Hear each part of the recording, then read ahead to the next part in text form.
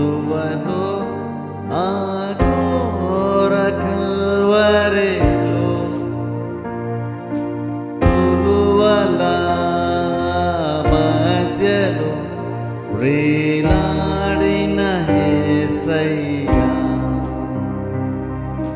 తులువల మధ్యలో వేలాడిన యేసయ్యా, సిలువలో ఆ ఘోర కల్వరిలో తులువల మధ్యలో వేలాడిన యేసయ్యా, తులువల మధ్యలో వేలాడిన యేసయ్యా, వెలియైన యేసయ్యా, బలియైన యేసయ్యా, వెలియైన యేసయ్యా, బలియైన యేసయ్యా, నిలువెల్ల నలిగితివా, నీవే ఎంతో అలసితివా, సిలువలో ఆ ఘోర కల్వరిలో తులువల మధ్యలో వేలాడిన యేసయ్యా, తులువల మధ్యలో వేలాడిన యేసయ్యా, నీరము చేయని నీవు ఈ ఘోర పాపి కొరకు భారమైన సిలువ మోయలేక మోసావు, నీరము చేయని నీవు ఈ ఘోర పాపి కొరకు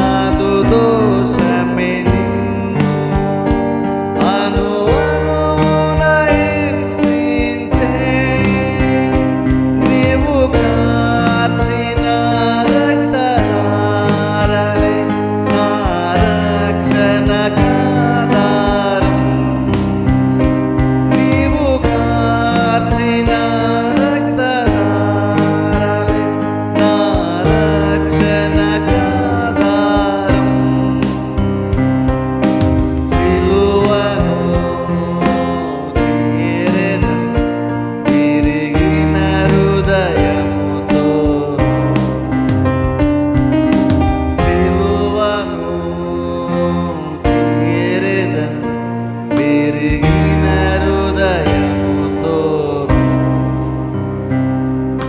సిలువలో ఆ ఘోర కల్వరిలో తులువల మధ్యలో వేలాడిన యేసయ్యా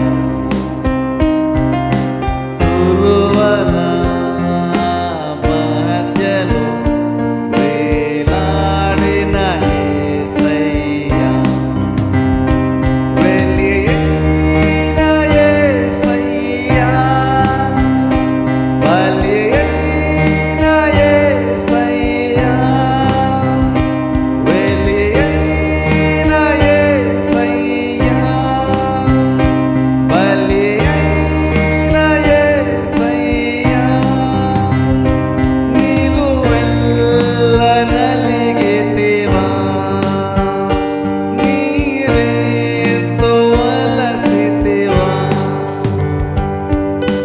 సిలువలో సిలువలో ఆ ఘోర కల్వరిలో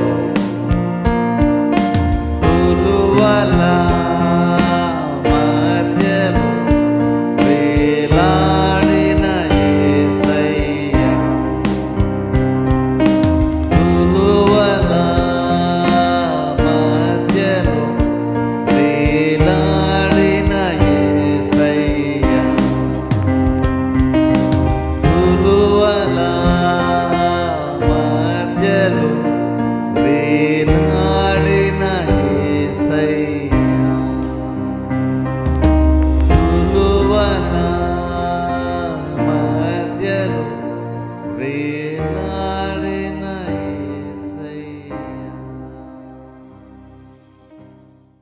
లూకా సువార్త 1వ అధ్యాయము 8వ వచనము నుండి 13వ వచనం వరకు నేను చదువుతాను. లూకా సువార్త 1వ అధ్యాయము 8వ వచనము నుండి 13వ వచనం నేను చదువుతాను, మీరు బైబిల్లో ఫాలో అవ్వండి. జకర్యా తన తరగతి క్రమము చొప్పున దేవుని ఎదుట యాజక ధర్మము జరిగించుచుండగా యాజక మర్యాద చొప్పున ప్రభువు ఆలయములోనికి వెళ్ళి ధూపము వేయుటకు అతనికి వంతు వచ్చాను. ధూప సమయమందు ప్రజల సమూహమంతయు వెలుపల ప్రార్థన చేయుచుండగా ప్రభు దూత ధూపవేదిక కుడివైపున నిలిచి అతనికి కనబడగా జకర్యా అతన్ని చూచి తొందరపడి భయపడిన వాడాయాను. అప్పుడు ఆ దూత అతనితో, జకర్యా, భయపడకుము, నీ ప్రార్థన వినబడినది. నీ భార్య అయిన ఎలిజబెతు నీకు కుమారుని కన్ను, అతనికి యోహాను అని పేరు పెట్టుదువు. ఇక్కడ మనము జకర్యా ఎలిజబెత్ యొక్క జీవితంలో దేవుడు జరిగించినటువంటి అద్భుతాన్ని ఇక్కడ మనం చూస్తున్నాం. ఈ జకర్యా జీవితం ద్వారా విశ్వాసం గురించి కొన్ని విషయాలు మనము నేర్చుకున్నాం. ఇక్కడ బైబిల్ మనం చూసినట్లయితే ఇక్కడ జకర్యా అనేటువంటి ఇక్కడ యాజకుని గురించి మనం చూస్తున్నాం. ఈయన తన క్రమం వచ్చినప్పుడు వరుస క్రమాన్ని బట్టి దేవుని యొక్క మందిరంలోనికి వెళ్ళి పరిశుద్ధ స్థలంలోనికి వెళ్ళి యాజక ధర్మం జరిగిస్తున్నాడు. తన వంతు చొప్పున ఆ టైం వచ్చినప్పుడు ఆయన కార్యాన్ని చేస్తున్నట్లుగా బైబిల్ మనం చూస్తున్నాం. ఆయన కార్యం చేస్తుంటుండగా, ఆ ధూపం వేస్తుంటుండగా ఆ పరిశుద్ధ స్థలంలోనికి దేవుని యొక్క దూత సడన్గా ప్రత్యక్షం అవడము బైబిల్ మనం చూస్తున్నాం. ఇప్పుడు చూడండి, ఇది నార్మల్గా ఇక్కడ జకర్యాకి ఎప్పుడు కూడా ఆ రకమైన అనుభవం సహజంగా జరగలేదు. యాజకుడే ఎప్పుడు లోపలికి వెళ్తున్నాడు, యాజక ధర్మం జరిగిస్తున్నాడు, కానీ ఎప్పుడు కూడా ఇలాగ సడన్గా దేవుని యొక్క దూత దర్శించడం అనేటువంటిది ఇంతకుముందు ఎప్పుడు కూడా జరగలేదు. బహుశా అనుకుంటాను ఆయన ఎప్పుడు వాళ్ళు ఎవరు కూడా ఎక్స్పెక్ట్ చేసుకుని ఉండరు ఎవరు కూడా. ఎందుకంటే నార్మల్గా ఎక్కడ కూడా పరిశుద్ధ స్థలంలో యాజకత్వపు కార్యం జరిగిస్తున్నప్పుడు గతంలో ఎవరు కూడా అలాగన్నా దేవుని యొక్క దూతలను పరిశుద్ధ స్థలంలో దర్శించడం బైబిల్ ఎంతమంది ఎక్కడ కూడా మనం చూడము. కాబట్టి బహుశా జకర్యా కూడా దాన్ని బహుశా ఎదురు చూసి ఉండకపోవచ్చు. కానీ అనుకోని రీతిగా సడన్గా దేవుడు దూతను పంపించాడు. ఆ దూత వచ్చి దర్శించి మాట్లాడుతున్నాడు. ఆ దూత వచ్చి మాట్లాడుతున్నటువంటి మాట ఏంటంటే, నువ్వు చేసినటువంటి ప్రార్థన వినబడింది అన్న మాటని జకర్యాతో దేవుని యొక్క దూత చెప్తున్నాడు. ఇంకో రకంగా చెప్పాలంటే దేవుడే దూత ద్వారా ఏం చెప్పిస్తున్నాడంటే నీ ప్రార్థన నేను విన్నాను అనేటువంటి విషయాన్ని దేవుడు జకర్యాతో మాట్లాడుతూ ఉన్నాడు. ఇప్పుడు చూడండి, జకర్యాతో మాట్లాడుతున్నప్పుడు అక్కడ మనం కొంచెం కింద చదివితే అక్కడ యాక్చువల్గా చూడండి 18వ వచనంలో దేవుని యొక్క దూత అలా కొన్ని మాటలు చెప్పిన తర్వాత జకర్యా రియాక్షన్ చూడండి. అక్కడ 18వ వచనంలో జకర్యా అంటున్నాడు, ఇది నాకెలాగూ తెలియను, నేను ముసలివాడను, నా భార్యయు బహుకాలము గడ చివరిదని ఆ దూతతో చెప్పగా. ఇక్కడ చూడండి, ఇక్కడ నేనేమో వృద్ధుడిని, నా భార్య కూడా చాలా వృద్ధాప్యంలోకి వస్తుంది, చాలా కాలం గడిచిపోయింది అంటున్నాడు. ఇప్పుడు చూడండి, దేవుని యొక్క దూత వచ్చే మాట చెప్పినప్పుడు వెంటనే ఈయన యొక్క రియాక్షన్ అంటే ఒకసారి మనం ఆలోచించాలి. ఎందుకంటే ఇక్కడ మనం విశ్వాసం నేర్చుకుంటాం. చూడండి, విశ్వాసం అంటే యాక్చువల్గా ప్రాక్టికల్గా ఎలా ఉంటుందో అంటే అనుదిన జీవితంలో ఆచరణలు ఎలా కనబడుతుందో మనం తెలుసుకోవాలి. విశ్వాసం అంటే చర్చిలో పాటలు పాడేటప్పుడు విశ్వాసం కాదు, అక్కడ కనపరచబడేది. యాక్చువల్గా నిజమైన విశ్వాసం అక్కడ కాదు కనపరచబడేది, వాక్యం బోధించేటప్పుడు కాదు, లేదా వాక్యం వినేటప్పుడు కాదు. విశ్వాసం అంటే నిజమైన విశ్వాసం. నీకు నిజంగా విశ్వాసం ఎంత ఉంది అంటే నిజంగా నీకు తెలియాలంటే ఆత్మ సంబంధమైనటువంటి సందర్భాల్లో అంటే సహవాసం మనం కూడుకొని పాటలు పాడేటప్పుడు, వాక్యం వినేటప్పుడు, ప్రార్థన చేసేటప్పుడు కాదు. నువ్వు బయటకు వెళ్ళిన తర్వాత నీ సహజమైనటువంటి జీవితాన్ని నువ్వు జీవిస్తున్నప్పుడు అక్కడ నీ లైఫ్ను ఒకసారి నువ్వు పరిశీలించుకున్నప్పుడు, ఇక్కడ స్పెసిఫిక్గా మనం చూస్తే నువ్వు మాట్లాడే విధానము, నువ్వు ఆలోచించే విధానం పరిశీలించుకున్నప్పుడు నీకు నిజంగా విశ్వాసం ఎంత ఉందో నీకు తెలుస్తుంది. విశ్వాసం చర్చిలో నిలబడి చెప్పేది కాదు. ఇక్కడ నేను అందరూ విశ్వాసులమే కాబట్టి అందరూ దేవుని దగ్గరికి వచ్చాం కాబట్టి ఇక్కడ అందరం కూడా బాగానే మాడతాం, దేవుడు చేస్తాడు అంటాం, బాగానే మాడతాం. ఇక్కడ చర్చిలో అందరూ మాడతాం. చర్చిలో నేను ఎప్పుడు చెప్తాను చూస్తారు, చర్చిలో ఎప్పుడు నిలబడి ఏ ఒక్క విశ్వాసం కూడా దేవుడు చేస్తాడని నమ్మకం నాకు లేదండి అని నిలబడి సైతం ఎవరు చెప్పరు. నిజంగా అలాగని అందరూ నిజంగా విశ్వాసంలో ఉంటున్నారా అంటే ఖచ్చితంగా గ్యారంటీగా చెప్పచ్చు, అందరికీ అంత విశ్వాసం అయితే ఖచ్చితంగా ఉండదు. అందరికీ అంత విశ్వాసం ఉండదు. కానీ ఎవరూ కూడా చర్చి లాంటి సందర్భాలు ఎవరూ కూడా బయటికి మనం అలా కనబడం. ఎందుకంటే మనం ఇక్కడ ఎలా మాట్లాడాలో మనకు తెలుసు. చర్చి లాంటి వాతావరణంలో మనకంటూ ఒక లాంగ్వేజ్ ఉంది, మనకంటూ ఒక విధానం ఉంది. ఆ పరిధిలో మనం మాట్లాడతాం, అలాగే ప్రవర్తిస్తాం తప్ప మనము వేరేగా ఇక్కడ అయితే ఆలోచన చెయ్యం. కానీ బయటకు వెళ్ళిపోతాం చూసారా, ఈ చర్చ టైం అయిపోద్ది, మనం బయటకు వెళ్ళిపోతాం, లేదా మనం డ్యూటీలో ఉంటాం, లేదా బయట ఇంట్లో మాట్లాడుతుంటాం చూస్తారు. సహజంగా బయట కార్యాలు ఇన్వాల్వ్ అవుతున్నప్పుడు నువ్వు ఎలాగ ఆలోచిస్తున్నావు, ఎలా మాట్లాడుతున్నావు దాన్ని బట్టే నీకు ఎంత విశ్వాసం తెలుస్తుంది. విశ్వాసం నిజంగా అక్కడే మనకు కనపరచబడుతుంది. మనం నిజంగా ఎంత విశ్వాసం ఉందో తెలుసుకోవాలి నువ్వు అనుకుంటే కనుక నువ్వు బయట నువ్వు మాట్లాడుతున్న మాటలు ఎలాంటివో వాక్యానుసారము లేదో నువ్వు మాట్లాడే మాటలు నిజంగా నువ్వు మాట్లాడిన కరెక్ట్ అని దేవుడు అంటాడా, లేదా నువ్వు మాట్లాడింది తప్పు అని దేవుడు అంటాడు కూడా ఆలోచించుకోవాలి. నువ్వు మాట్లాడింది ఇంకా నువ్వు దేవుడి దగ్గరికి వెళ్ళి చెప్పినప్పుడు దేవుడు కూడా నువ్వు చెప్పింది కరెక్ట్గా నా మైండ్ సెట్ తగ్గట్టుగానే ఉంది, నేను అనుకున్నదే నువ్వు చెప్పేవని కనుక దేవుడు అంటే అది విశ్వాస సంబంధమైనటువంటిది. దానికి మించి వేరేది ఏదున్నా సరే నువ్వు జస్ట్ నా ఫీలింగ్స్ అని చెప్పుకున్నా దేవునికి అనుకున్నా సరే ఇంకను అది విశ్వాస సంబంధమైనటువంటిదిగా ఉండదు. ఇక్కడ చూడండి, ఇక్కడ జకర్యా గురించి బైబిల్ మనం చూస్తే యాజకుడు అంటే అర్థం ఏంటంటే నార్మల్గానే సహజంగా అందరికంటే కొంచెం దేవునికి సంబంధించిన విషయాలు లేదా విశ్వాసము లేదా వాక్య జ్ఞానము నార్మల్గానే అందరికంటే ఎంతో కొంత ఎక్కువ ఖచ్చితంగా జకర్యాకి ఉండాలి. జకర్యాకి వాక్య జ్ఞానం బహుశా ఉంది, కానీ ఇక్కడ ప్రాబ్లం ఏంటంటే వాక్యం తెలుసు, చాలా విషయాలు తెలుసు, నీకు చాలా విషయాలు తెలిసినంత వాక్యం గురించి తెలుసు కాబట్టి నువ్వు తెలుసుకున్నటువంటి వాక్యాన్ని నువ్వు విశ్వాసంలో అప్లై చేస్తున్నావని గ్యారంటీ ఏమీ లేదు.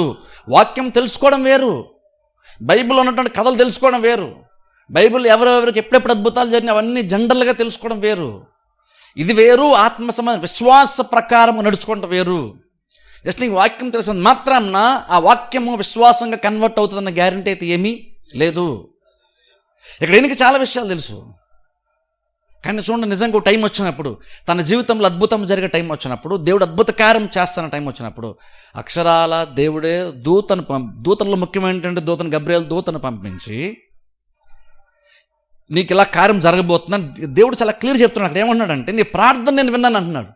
ఇప్పుడు చూడండి, నేను ప్రార్థన చేయకపోతే లెక్క వేరే, ఈయన ప్రార్థన కూడా చేశాడు. ఈయన ప్రార్థన చేసిన విషయం జకర్యా చెప్పుకోవట్లేదు, దేవుడు చెప్తున్నాడు నువ్వు ప్రార్థన చేసావు, నీ ప్రార్థన నేను విన్నానని దేవుడు చెప్తున్నాడు. ఇప్పుడు చూడండి అసలు అదెంత గొప్ప విషయమో. చాలా సందర్భాలు మనం నమ్మం, మనం ఏదో ప్రార్థన చేయాలి కాబట్టి చేస్తున్నాం అనుకుంటాం, కానీ నేను ప్రార్థన చేస్తే దేవుడు వింటాడని మనకు కూడా తెలియదు చాలా సందర్భంలో. ఇక్కడ జకర్యాకి దేవుడు వచ్చి దేవుని దూతో చెప్తున్నాడు, జకర్యా నువ్వు ప్రార్థన చేసావు కదా, నీ ప్రార్థన మాకు వినబడింది, ఇదిగో ఒక కుమారుని కంటావు, ఆయన యోహాను అని పేరు పెడతావు క్లియర్ చెప్తున్నాడు. పేరు ఏం పెడతావో చెప్తున్నాడు. ఆ వ్యక్తి యొక్క జీవితం ఎలా ఉండబోతుందో కూడా, తన భవిష్యత్తు ఎలా ఉండబోతుంది, ఎంత గొప్పగా దేవుడు వాడుకుంటాడో కూడా దేవుని దూత ముందుగానే ప్రతిదీ చెప్పేశాడు, పేరుతో సహా చెప్పేశాడు. అలా చెప్పినప్పుడు యాక్చువల్ జకర్యాకి రియాక్షన్ ఏం తెలుసా? అవిశ్వాస సంబంధంగా రియాక్ట్ అయ్యాడు. యాక్చువల్గా అయితే నార్మల్గా ఏమన్నా, ప్రభు నేను ఎప్పుడు ప్రార్థన చేశాను, పొల్లు ఇప్పటికైనా సరే నాకు జవాబు వచ్చింది, ఇప్పటికైనా సరే నాకు కన్ఫిడెన్స్ వచ్చింది, దేని స్తోత్రం, థ్యాంక్ యూ అని చెప్పాలి. ఒకళ్ళు అడిగితే వందనాలని చెప్పాలి యాక్చువల్గా. కానీ ఏమంటే తెలుసా, ఇది జరుగుతుందో నాకు ఎలాగున్నా తెలుస్తుంది. దేవుని యొక్క సన్నిధిలో ఉన్నటువంటి జకర్యా, యాజకత్వపు కార్యం చేస్తున్నటువంటి జకర్యా, దేవుని యొక్క సన్నిధిలో, దేవుని యొక్క సముఖములో పరలోకము నుండి దేవుడు దూతను పంపించి దూతతో అక్షరాల ఎదురుగుండా మాట్లాడుతుంటే ఇది నాకు ఎలా జరుగుతుంది, నాకు ఎలా తెలుసు అంటున్నాడు. మళ్ళీ చూడండి, వీళ్ళకి విశ్వాసం అయితే లేదు. అంటే ఇక్కడ విశ్వాసం అంటే ఎలా కనపరచుకోవాలో తెలియదు. కానీ వీళ్ళు మంచి విశ్వాసాలు అంటే మంచి భక్తులా అంటే భక్తులు ఒక రకంగా. ఎందుకంటే మీరు పైన చదివితే కనుక 6వ వచనం చదివితే వాళ్ళ గురించి బైబిల్ చెప్తున్నటువంటి మాట ఏంటో తెలుసా? వాళ్ళు న్యాయ విధుల చొప్పున, ఆజ్ఞల చొప్పున వాళ్ళు ఇద్దరు నడుచుకుంటున్నారంట. దేవుని దృష్టికి నీతిమంతులై ఉండిరని చూస్తున్నాం. అంత బాగా దేవుని దృష్టి నీతిమంతులే అంటే భక్తి ఉంది వాళ్ళకి. జస్ట్ నేను భక్తి ఉంది, నువ్వు ఉంచుడు కాబట్టి నీ కార్యాలు జరిగిపోతాను గ్యారంటీ ఏమీ లేదు. అందుకే ఎప్పుడు కూడా నేను మంచోనండి, నేను చాలా మంది కంటే మంచోనండి, మా ఫ్యామిలీ అందరికంటే నేను మంచోడిని కాబట్టి దేవుడు నాకు చేసేస్తాడు అనుకోకండి. మంచితనం ఉంటే మంచిది, దేవుడు దాన్ని అప్రిషియేట్ చేస్తాడు. ఇక్కడ కూడా అంటున్నాడు వాళ్ళు నీతిమంతులు అంటున్నాడు, దేవుని దృష్టికి అనుకూలంగా ఉన్నారు. కానీ ప్రాబ్లం ఏంటి తెలుసా? అవన్నీ ఉండొచ్చు మంచిదే, కానీ అవన్నీ ఉన్నాయి కాబట్టి అని చెప్పేసి నువ్వు ఆటోమేటిక్గా కార్యం జరిగిపోద్దన్న గ్యారంటీ అయితే ఏమీ లేదు.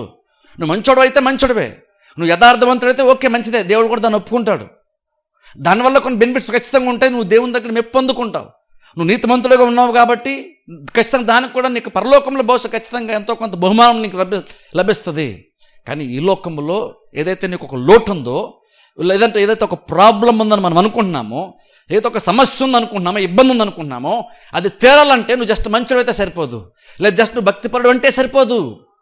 ఎందుకంటే విశ్వాసం లేకుండా దేవునికి ఇష్టం అంటే అసాధ్యము. దేవుని దగ్గరికి వచ్చేవాడు ఆయన ఉన్నాడని తన వెతుకు వారికి ఫలము దయచేస్తా, నమ్మితేనే ఫలము దొరుకుతుంది.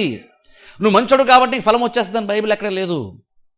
విశ్వాసం ఉండాలి. ఆ విశ్వాసం ఎలా పనిచేస్తుందో తెలుసుకోవాలి, విశ్వాసం మనం ఎలా కనపరచాలో తెలుసుకోవాలి, ఆ విశ్వాసాన్ని ప్రార్థనలు ఎలాగ అప్లై చేయాలో తెలుసుకోవాలి. మనకు ఒక విశ్వాసం ఉందని మనం చెప్పుకుంటే నాకు విశ్వాసం ఉందని అన్నాం అనుకోండి, అప్పుడు ఆ విశ్వాసాన్ని నువ్వు జీవితంలో ఎలాగ అన్వయించుకోవాలి. అది ప్రార్థనలో, ప్రార్థన చేసేటప్పుడు, లేదా ప్రార్థన అయిన తర్వాత, లేదా ప్రార్థన చేసిన తర్వాత కొంతకాలం తర్వాత కూడా అది నువ్వు మాట్లాడే విధానము, ఆలోచించే విధానము, ఇదంతా కూడా విశ్వాస సంబంధమైనటువంటి నడకిది.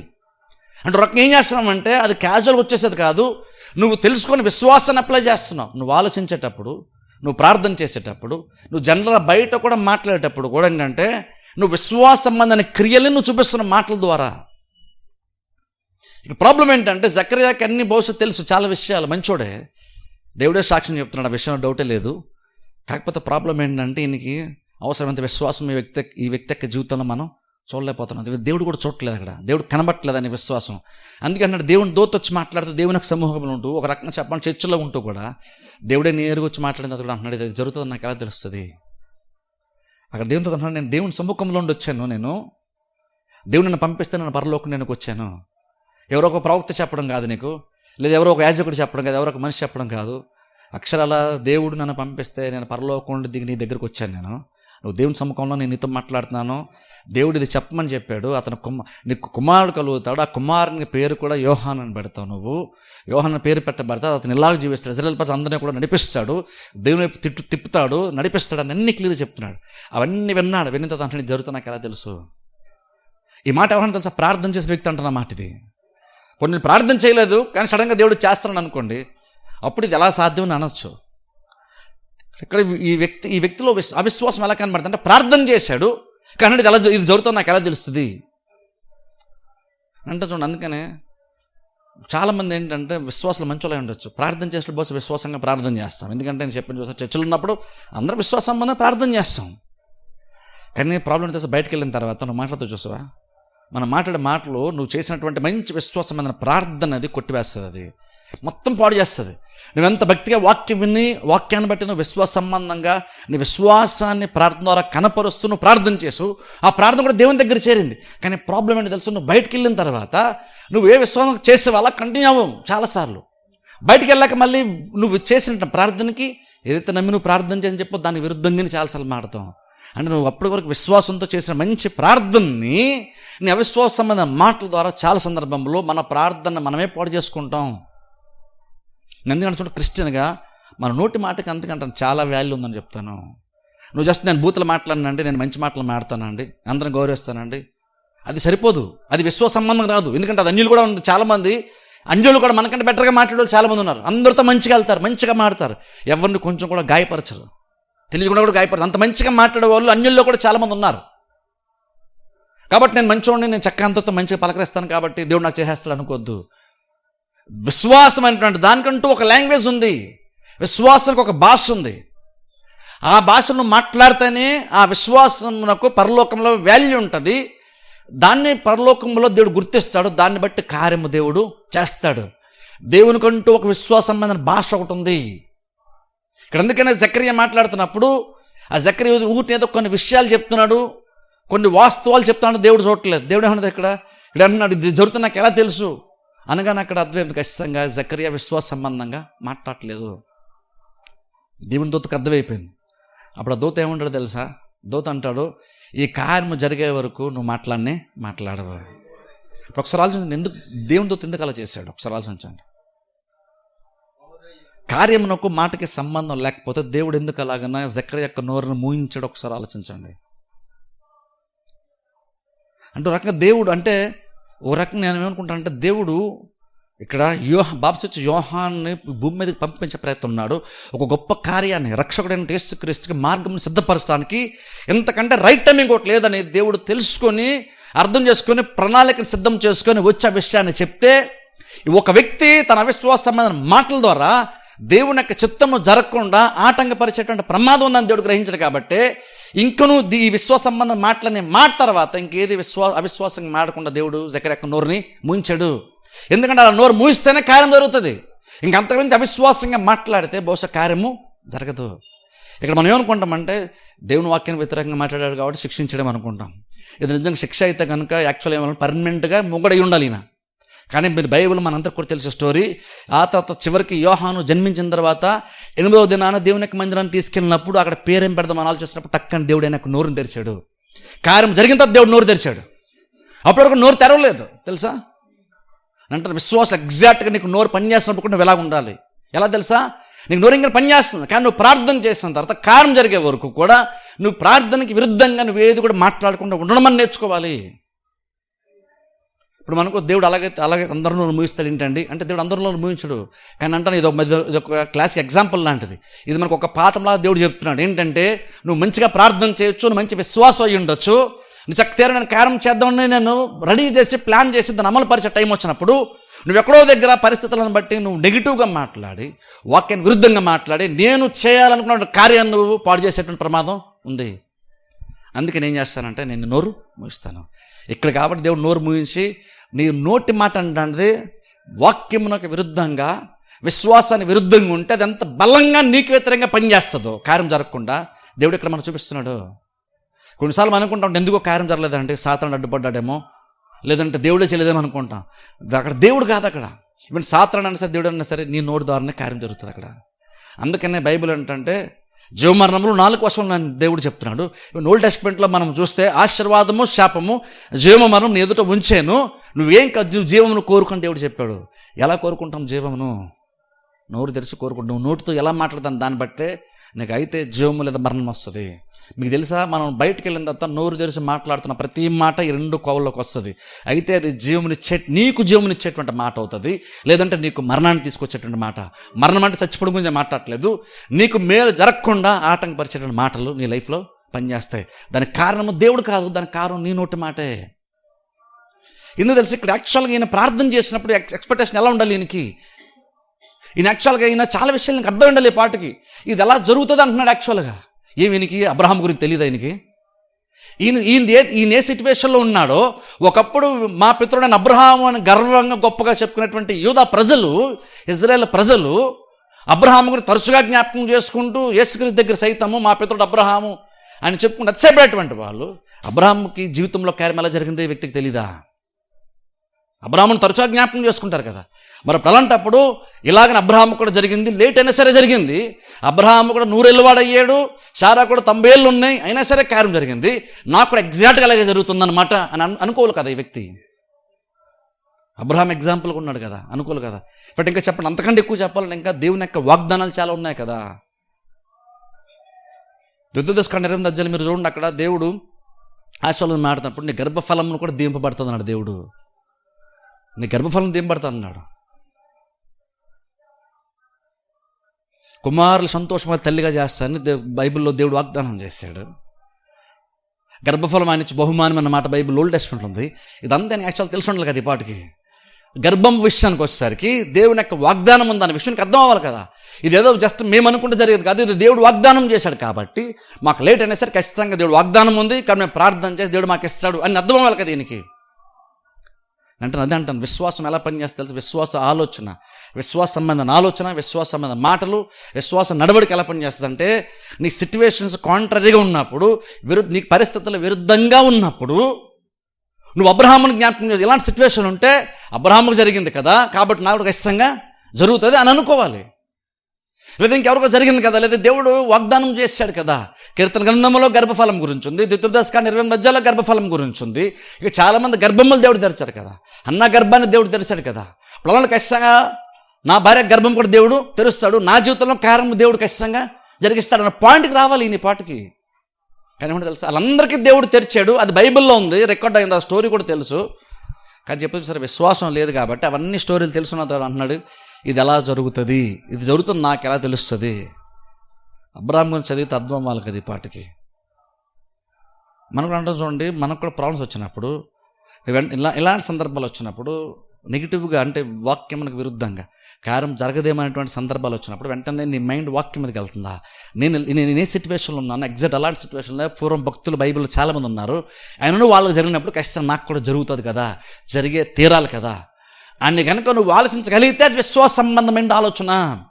ఏది విరుద్ధమైన పరిస్థితుల్లో నీకు ఆటోమేటిక్గా బైబిల్లో పూర్వము భక్తులు గుర్తు రావాలి, వాళ్ళ జీవితంలో ఎలాగైతే దేవుడు కార్యం చేసిన అవన్నీ కూడా మనకు గుర్తుకు రావాలి.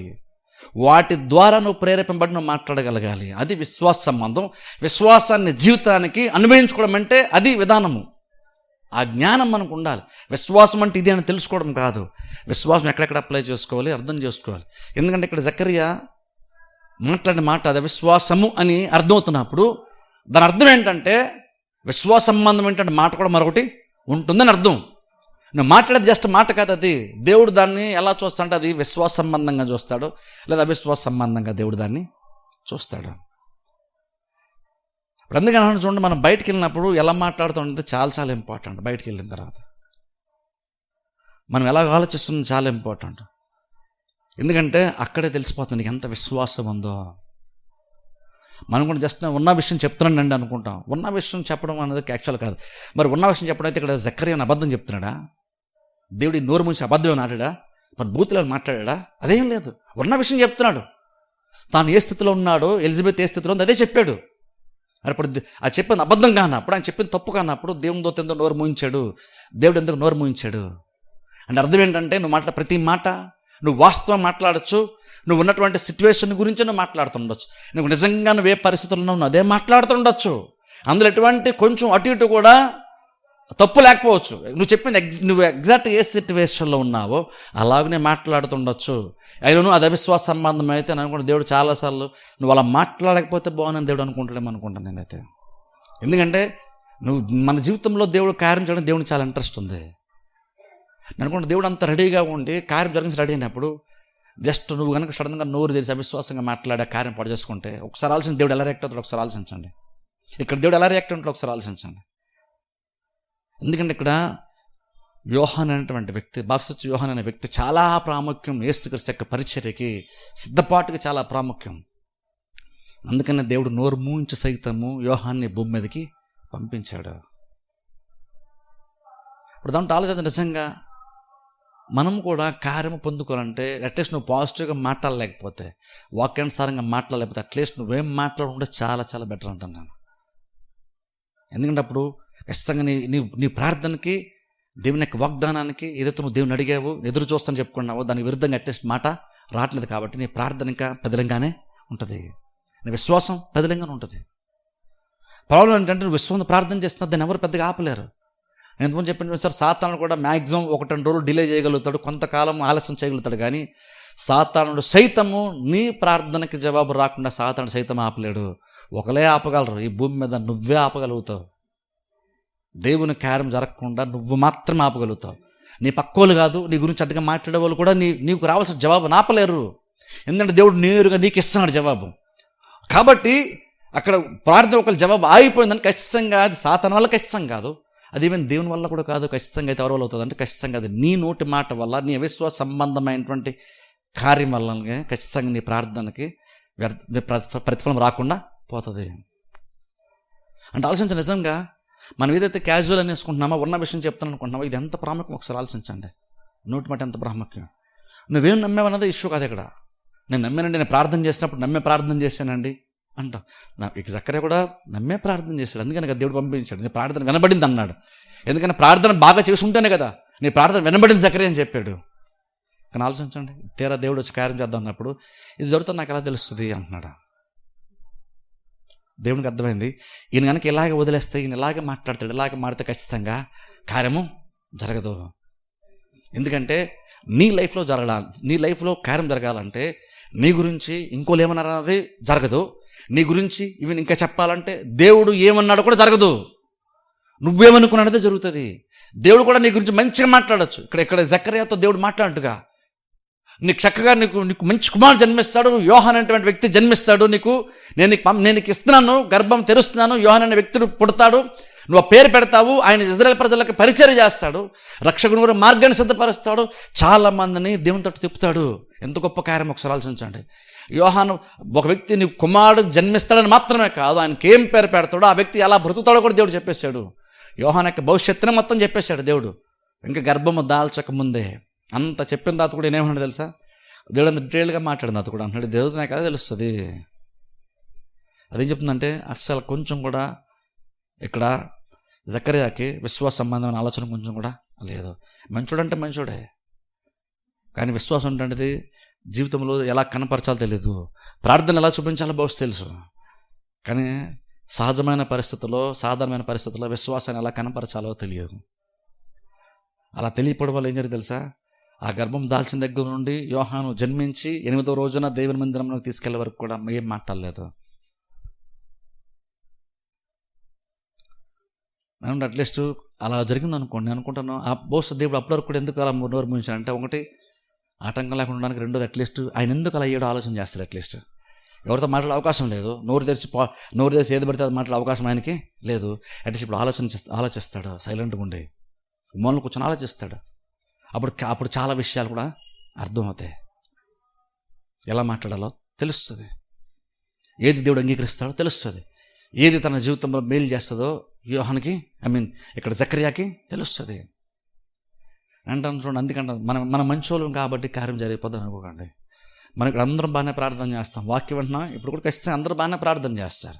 కానీ అంటే బయటికి వెళ్ళిన తర్వాత నీ ఇంట్లో నువ్వు కుటుంబ సభ్యులతోనో బంధువులతో ఇంట్లో మాట్లాడుతున్నప్పుడు ఎలా మాట్లాడుతున్నావు, మీ కుటుంబంలో అవసరం ఉన్నప్పుడు ఎలా మాట్లాడుతున్నావు, కుటుంబంలో సమస్యలు వచ్చినప్పుడు ఎలా మాట్లాడుతున్నావు, కుటుంబంలో లోటు ఉన్నప్పుడు నువ్వు ఎలా మాట్లాడుతున్నావు, కుటుంబంలో ఇబ్బందికర పరిస్థితి వచ్చినప్పుడు, లేదంటే నీ లైఫ్లో ఇబ్బందికర పరిస్థితి వచ్చినప్పుడు నువ్వు ఎలా మాట్లాడుతున్నావు, నువ్వు మాట్లాడేది వాక్యం నాకు అనుకూలంగా ఉంటుందా లేదా, అది చాలా ఇంపార్టెంట్.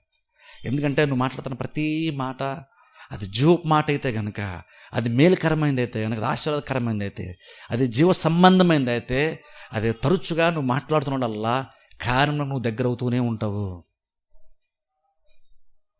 మన నోటి మాట అంత ఇంపార్టెంట్ కాకపోతే ఇక్కడ దేవుడు జక్కర్యా యొక్క నోరు మూయించాల్సిన అవసరం ఉండేది కాదు. జక్కర్యాని విన్నాను మాట్లాడు, నేను అనుకున్నాను, నాకు చాలా బలం ఉంది, నేను చాలా శక్తివంతుని కాబట్టి నేను చేసేస్తాను, నువ్వు ఎలాగైనా మాడుకో పర్లేదు, నా పవర్ ఏంటో చూడు అనలేదు దేవుడు అక్కడ.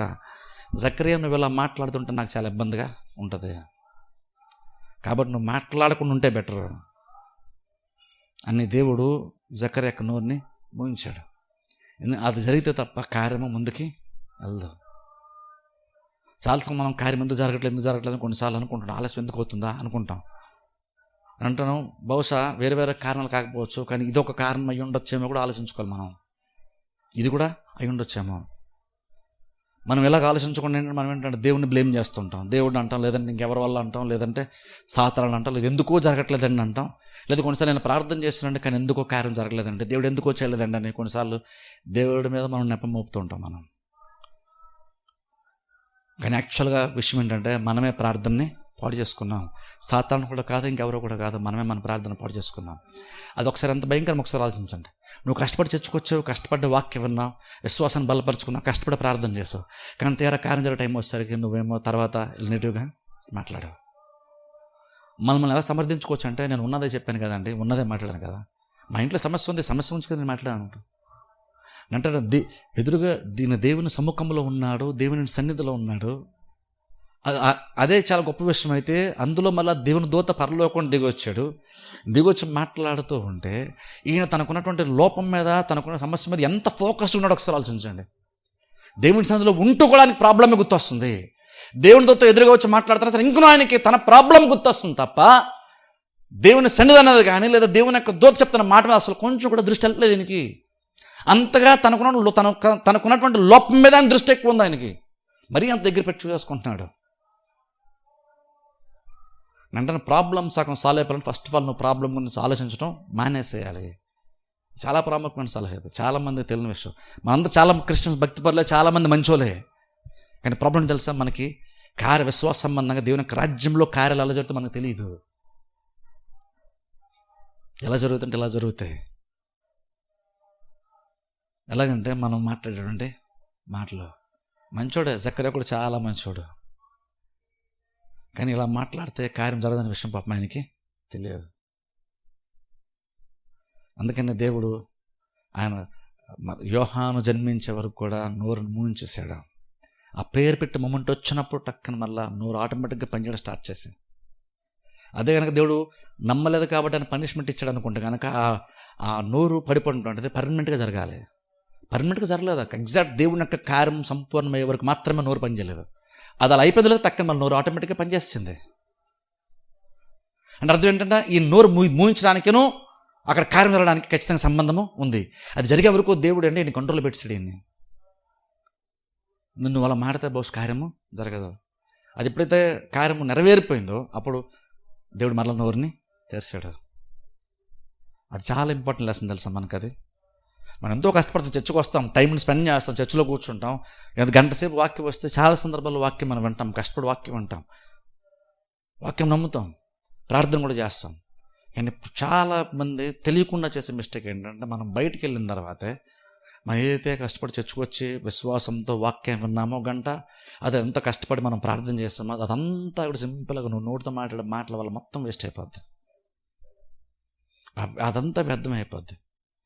అంటాను జస్ట్ అది నువ్వు అదంతా వేస్ట్ అయిపోయింది కాబట్టి నువ్వు బాధపడుతున్నావు కాదు. అంటాను దేవుడు కార్యం చేయాలనుకొని దేవుడు రెడీగా ఉన్నప్పుడు జస్ట్ నీ వల్ల దేవుడు కార్యం చేయలేకపోతే దేవునికి ఇంకెంత ఇబ్బంది ఉంటుంది ఒకసారి ఆలోచించండి. ఇక్కడ దేవుడు ఎంత ఇబ్బందిగా అనిపిస్తే జక్కర్యా యొక్క నోరు మూయించాడు దేవుడు. ఆలోచించండి.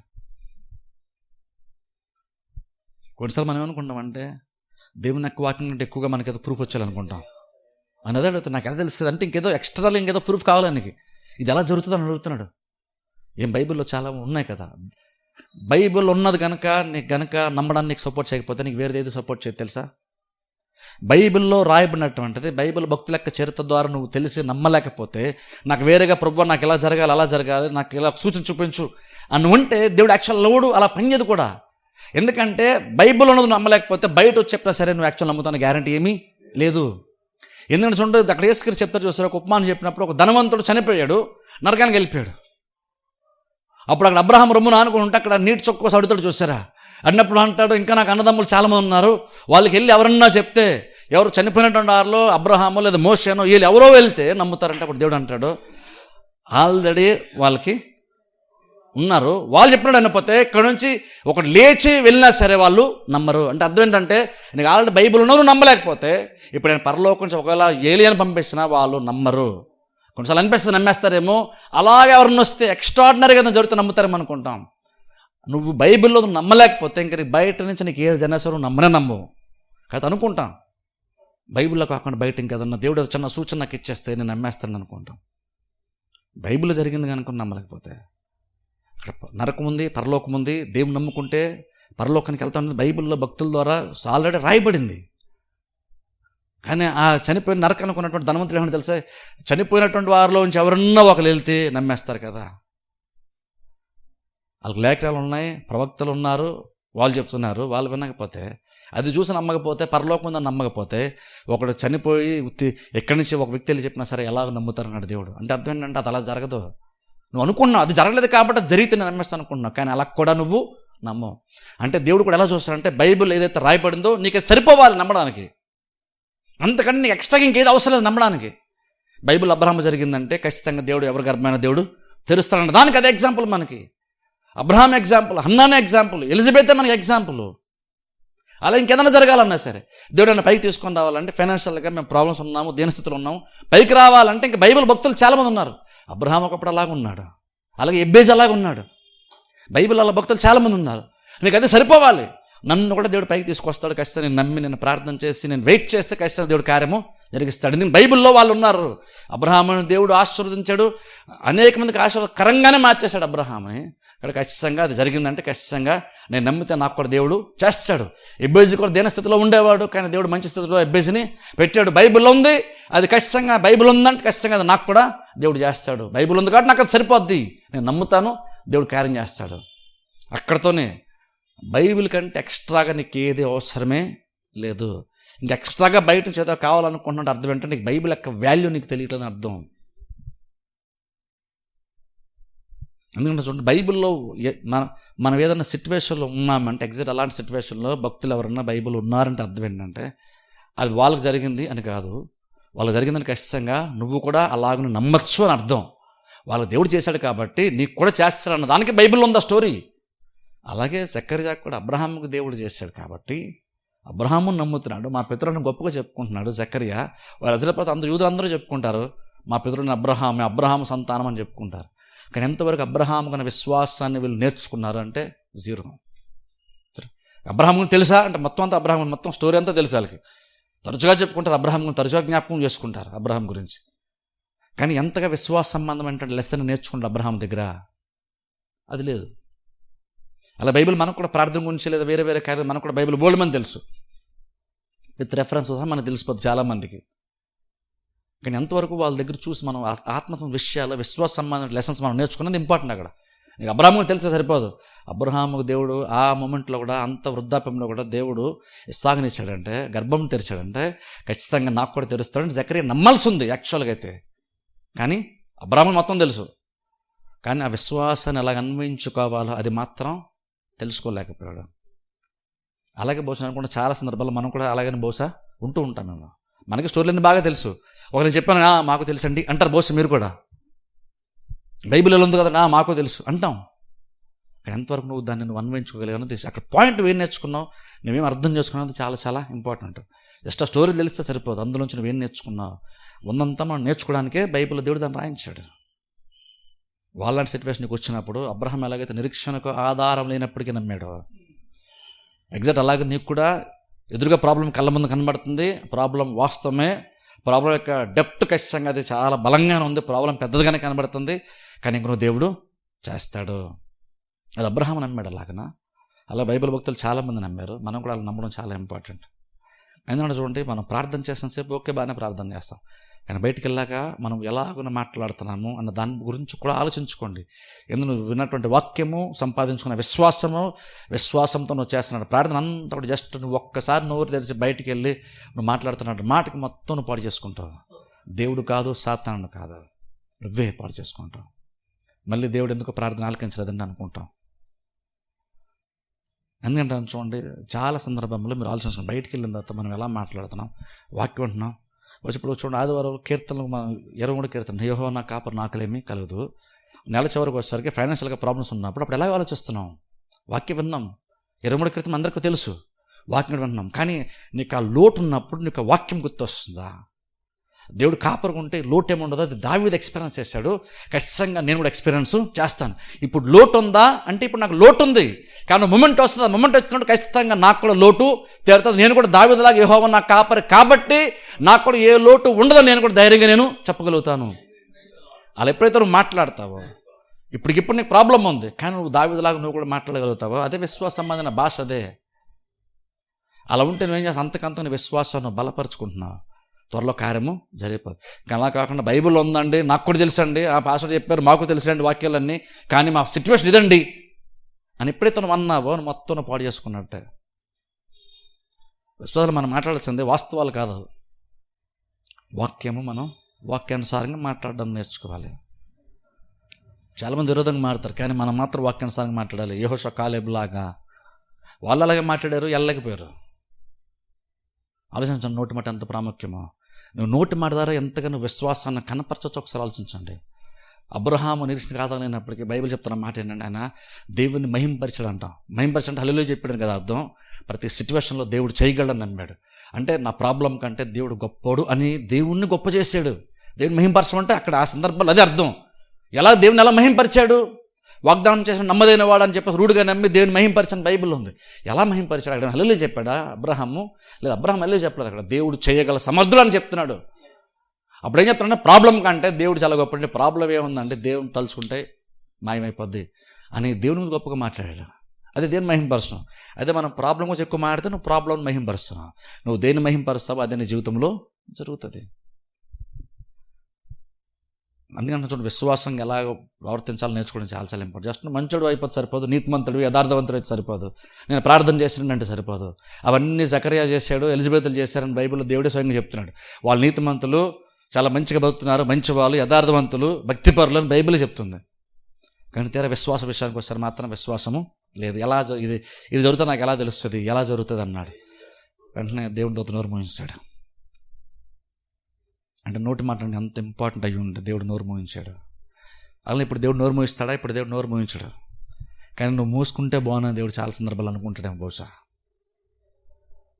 అందుకని చూడండి, నువ్వు ఎంత ప్రార్థన చేసినా, ఎంత చేసినా, దేవుడు ఎంత గొప్పగా ప్లాన్ చేసినా సరే, సింపుల్ నీ నోటి మాటతో నువ్వు అంచుల వరకు వెళ్ళి కూడా నువ్వు మొత్తం పాడు చేసుకోవచ్చు తెలుసా. యెహోషువ కాలేబులాగా నువ్వు బోర్డర్ వరకు వెళ్ళిపోయావు, అక్కడ కొంచెం సరిగ్గా మాట్లాడితే అయిపోయేది పని. వెళ్ళిపోతావు, లోపలికి వెళ్ళిపోతావు, వాగ్దాన దేశంలోకి వెళ్ళిపోతావు. యెహోషువ కాలేబు కూడా అదే కదా మాట్లాడు. ఏమన్నారు వాళ్ళు? ఉన్న దేవుళ్ళు అన్నారు. వాస్తవమా? వాస్తవమే. వాళ్ళు చెప్పింది ఏమాత్రం అబద్ధం కదా, అంతా ఉన్నదున్నట్టే మాట్లాడారు వాళ్ళు. కానీ నువ్వు ఉన్నదున్నట్టు మాట్లాడడం వల్ల నీకు ఎటువంటి బెనిఫిట్ లేనప్పుడు నువ్వు దాన్ని మాట్లాడడం మానేడు నేర్చుకోవాలి. నువ్వు మాట్లాడుతున్న కరెక్ట్ అంటే కరెక్టే, సొసైటీ దాన్ని యాక్సెప్ట్ చేస్తుంది, ఎందుకంటే నువ్వు చెప్పింది కరెక్టే కాబట్టి. కానీ దానివల్ల నీకు యూజ్ ఏమీ లేదు. ఏది చూస్తుంది? యెహోషువ కాలేబు అని చూస్తారా, ఖచ్చితంగా వాళ్ళు ఉన్న దేహలే. కానీ యెహోవా కనుక మనం ఎంత ఆనందిస్తే, అక్కడ దేవుని తీసుకొచ్చే దేవుడు కనుక తలుచుకుంటే మనం ఎంతలోకి వెళ్ళిపోతాం లోపలికి. అబ్రహాము భాష చెప్పాలంటే దేవుణ్ణి మహింపరిచారు యెహోషువ కాలేబుల మొమెంట్లో. ఒక రకంగా చెప్పాలంటే వాళ్ళందరేమో ఈ ఉన్నత దేవుళ్ళని మహింపరిచారు. అమ్మో వాళ్ళందరూ చాలా గొప్ప వాళ్ళండి, చాలా బలంగా వాళ్ళండి, మనం వెళ్ళలేమండి. అలాగే గొలియాతు దగ్గర కూడా అందరూ కూడా గొలియాతును మహింపరిచారు. కానీ దావీదు మాత్రం దేవుణ్ణి మహింపరిచారు, అందుకనే జయించగలిగాడు. దావీదు యొక్క మాట చూడండి, సమస్య కళ్ళ ముందు కనబడి దావీదు ఎలా మాట్లాడుతున్నాడు చూడండి. అదే కదా విశ్వాసం. మనం జస్ట్ డైలాగ్స్ అనుకుంటాం, అది డైలాగ్ కాదు, అది విశ్వాస సంబంధమైన మాట. అది దానికి చాలా శక్తి ఉంది, దానికి చాలా బలం ఉంది. అది ఎంత బలమో దేవుడు తెలుస్తుంది. అది చాలా మనకు అది తెలియదు. అందుకే మనం మన నోటి మాట వాల్యూ మనకు తెలియదు కాబట్టి మనం క్యాజువల్గా ఏది పడితే మాట్లాడుతున్నాం మనం. కానీ దావీదు చూడండి ఎలా మాట్లాడుతున్నాడు. గొలియాతు దగ్గరికి వెళ్తున్నప్పుడు సమస్య ఎదురు కనబడుతున్నాడు, ఎలా మాట్లాడుతున్నాడు. వెంటనే ప్రాబ్లం నీ కళ్ళ ముందు కనబడుతున్నప్పుడు, నువ్వు ప్రాబ్లంలో ఉంటున్నప్పుడు, నువ్వు ప్రాబ్లం ఇరుక్కున్నప్పుడు దావీదులాగా మాట్లాడగలుగుతున్నామా? ఖచ్చితంగా నేను ఇందులో చచ్చిపోని, ఇందులో ఉండిపోని, ఖచ్చితంగా ఇందులో నేను బయటికి రాగలుగుతాను. ఇది నన్ను ఏమీ చేయలేదు. నేను జలములో పడి వెళ్తాను కానీ అది నన్ను ఏమీ చేయలేదు. అగ్నిగుండా నేను వెళ్తాను కానీ అది నన్ను ముట్టుకోదు. అది దేవుని యొక్క వాగ్దానం. అది ఉన్నప్పుడు ఏంటోనండి సమస్య అని నువ్వు అన్నావంటే అర్థం ఏంటంటే నువ్వు సమస్యను పొగుడుతున్నావు. కానీ సమస్య ఉన్నప్పుడు కూడా ఏమన్నా తెలుసా, ఈ ప్రాబ్లం వచ్చింది, ఈ ప్రాబ్లం నాకు కొంచెం ఇబ్బందిగా ఉంది, కానీ బైబిల్లో దేవుడు చెప్పిన దాన్ని బట్టి జలముల పడి వెళ్ళినా ఏమవ్వదు, అగ్నిగుండాన్ని వెళ్ళినా ఏమవుతుంది బైబిల్ చెప్పింది కాబట్టి నేను దీనిగుండా వెళ్తానండి. నేను ఏమీ నాకు అవ్వకుండా నేను అందులోంచి బయటికి నేను ఖచ్చితంగా వచ్చేస్తాను. ఈరోజు అగ్నిగుండా వెళ్తున్నాను, అగ్నిలో ఉన్నాను ఈరోజు, కానీ ఉన్నా సరే అది నన్నేమి చేయదు, నేను అందులో బయట కూడా వచ్చేస్తాను. నేను నిలబడతాను, అది అయిపోద్ది. ఇందులో నేను అయిపోను, ఇందులో నేను నిలబడతాను, అది అంతమైపోద్ది. అది బైబిల్లో షడ్రక్ మెషక్ అబేద్నెగో వాళ్ళ స్టోరీలో మనకు అర్థమవుతుంది. దాన్ని మన లైఫ్లో ప్రాబ్లం ఉన్నప్పుడు అలాగ అన్వయించుకుంటే, ఈ ప్రాబ్లం వచ్చింది కానీ ప్రాబ్లం నన్ను ఏమీ చేయలేదు, నా ప్రాబ్లం కొంచెం నన్ను బాధిస్తుందా, నాకు ఇబ్బంది పెడుతుందని అన్నది నాకు కొంచెం బాధ తీసుకొస్తుంది. కానీ వాక్యంలో వాళ్ళు అలాగే దేవుడు కాపాడు నన్ను కూడా అలాగని దీని కూడా నేను వెళ్తున్నాను, దేవుడు ఇందులో నన్ను బయటకు ఖచ్చితంగా తీసుకొస్తాడు. అదేం చేస్తున్నావు నువ్వు? ఆ స్టోరీని నువ్వు తెచ్చుకొని విశ్వాస సంబంధం అప్లై చేసుకొని విశ్వాసాన్ని అర్థం చేసుకొని దాన్ని తగ్గట్టుగా నువ్వు ప్రవర్తించే ప్రయత్నం చేస్తున్నావు. అది నేర్చుకోవడం విశ్వాసాలకు ఇంపార్టెంట్. షడ్రక్ మెషక్ అబేద్నెగో మాకు కూడా తెలుసండి, బైబిల్ ఎక్కడే వచ్చిందో నాకు అన్నీ తెలుసండి. అది తెలుసుకుని మాత్రాన నీకు జస్ట్ బైబిల్ నాలెడ్జ్ ఉంది కాబట్టి నీకు విశ్వాసం తెలిసిపోద్దని ఏం కాదు. అది ఇప్పుడు బైబిల్ నాలెడ్జ్ ఎప్పుడే పెద్దగా ఎంకరేజ్ చేయను నేను. అది తెలుసుకోవడం ఇంపార్టెంట్ కదా. అది నీకు అందులో ఉన్న విషయం సత్యం నీకు అర్థమైంది అనేది పాయింట్. అక్కడ ఏది అక్కడ ఉంది రెఫరెన్స్, అది ఏ సంవత్సరం జరిగింది, ఎన్నో సంవత్సరం. నేను కూడా టైంని వాటిని అంత సీరియస్గా తీసుకోను. నాకు గుర్తుండదు కూడా, నేను గుర్తుపెట్టుకోను. నాకు అది ఇంపార్టెంట్ కాదు. ఏ టైంలో ఇది ఎలా జరిగింది నాకు అది ఇంపార్టెంట్ కాదు. అక్కడ ఏం జరిగింది, అక్కడ ఆత్మ సంబంధం అక్కడ ఏంది జరిగింది నాకు అది ఇంపార్టెంట్. అక్కడ భౌతికంగా చుట్టూ ఏం జరిగింది నాకు అది ఇంపార్టెంట్ కాదు. ఏ టైంలో జరిగింది, అప్పుడు ఏ రాజు, నాకు అది కూడా ఇంపార్టెంట్ కాదు. అది జరుగుతున్నప్పుడు అక్కడ ఏం జరిగింది, దేన్ని బట్టి వీళ్ళు కాపాడబడ్డారు, దేన్ని బట్టి వాళ్ళు నిర్మూలమైపోయారు, అది నాకు కావాలి. ఎందుకంటే నేను అది అప్లై చేసుకోవాలి, నాకు అది ఇంపార్టెంట్. ఎందుకంటే నాకు ఆ జ్ఞానం, ఆత్మీయ జ్ఞానం నాకు మేలు చేస్తుంది, ఆ సత్యం నాకు మేలు చేస్తుంది. మనం అది తెలుసుకోవాలి. అలా బైబిల్ ఎన్ని ఎగ్జాంపుల్స్ ఉన్నాయి చూడండి ఒకసారి.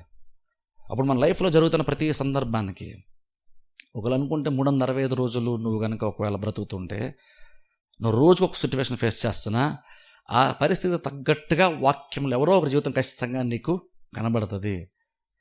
తెలుసుకొని దాన్ని బట్టి నువ్వు విశ్వాసాన్ని నేర్చుకొని దాన్ని విశ్వాసాన్ని అన్వయించుకొని దాన్ని తగ్గట్టుగా నువ్వు ఆలోచించడము, దానికి తగ్గట్టుగా నువ్వు మాట్లాడడం, దాని తగ్గ నువ్వు ప్రవర్తించడం కనుక చేయగలిగితే అదే విశ్వాస సంబంధం. దానివల్ల కార్యాలు జరుగుతాయి. కాబట్టి ఎంత మనం నమ్మేమో, ఎంతగా ప్రార్థన చేస్తానో దాంతో అక్కడితో అయిపోకండి. అక్కడితో అయిపోలేదు.